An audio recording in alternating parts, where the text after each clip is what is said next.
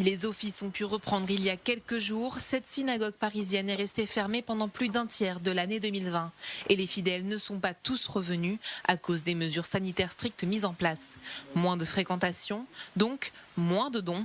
Une situation financière qui inquiète le rabbin de la communauté.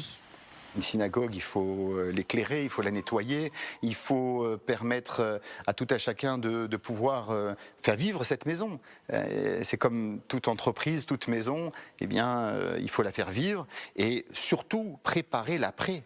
Il faut préparer l'après. On ne peut en aucun cas imaginer que nos synagogues ferment après cet terrible épisode du Covid et cette terrible épidémie. En France, aucune subvention des lieux de culte n'existe en vertu de la loi de séparation de l'Église et de l'État. Les synagogues ne vivent que de dons. Alors pour éviter que les trésoreries ne soient à sec, le consistoire a lancé la campagne Synadon début novembre. Les fidèles peuvent donner directement pour la communauté ou la synagogue de leur choix.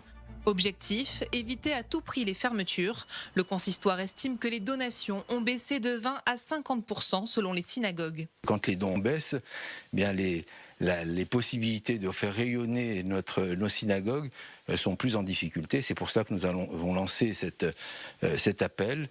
Et j'ai été très heureux de voir d'abord qu'il a été relayé par des personnalités très diverses de notre société. Même si on n'est qu'un juif de Kippour, même si on ne va pas à la synagogue, même si on n'est pas religieux, on a besoin que nos synagogues continuent à exister.